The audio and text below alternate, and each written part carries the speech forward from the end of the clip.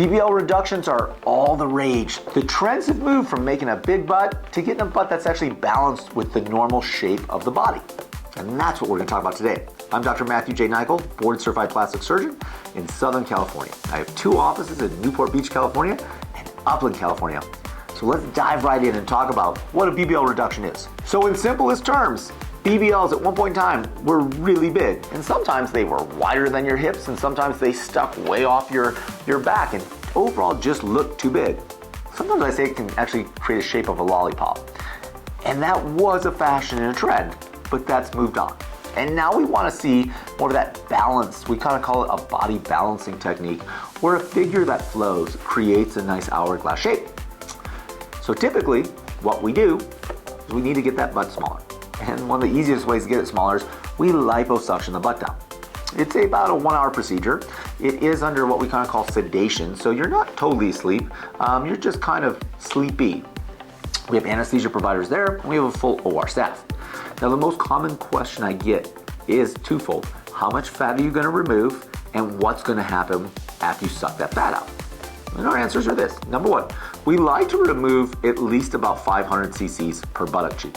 In my experience, we find that 500 cc's is enough of a difference that you see it, but not so much that you feel we've taken out too much of the buttocks. Now again, everybody's gonna be a little bit different. If you're really, really thin or bigger, that number's gonna fluctuate. But somewhere around 300 cc's to 800 cc's per side is usually our sweet spot that we follow. The next question, what's gonna happen once we suck that fat out?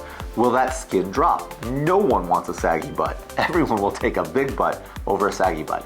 So what we do after we suction out with lipo is we will use a skin tightening device. Now this allows me to talk about a nice time to discuss what we do that's different than other people. So we utilize a combination of technology devices: ultrasonic liposuction, power liposuction, and then Renuvion skin tightening. Let's talk about each one. Ultrasonic liposuction helps to break fat away, but leave the superficial connective tissue bands, or the collagen bands, intact. And those are the bands that keep the skin attached to your muscle and stop the skin from being loose and lax.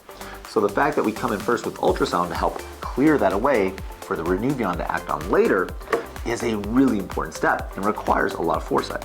We then come through with the power lipo to remove all that fat, and then finally I come in with that Renuvion, which is radio frequency and plasma, to help get those collagen bundles to tighten up and to decrease the chance of sag or a loose butt.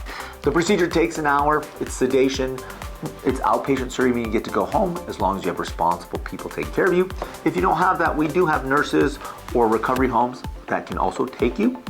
From a recovery standpoint, most people are going to take about 3 days to a week off of work.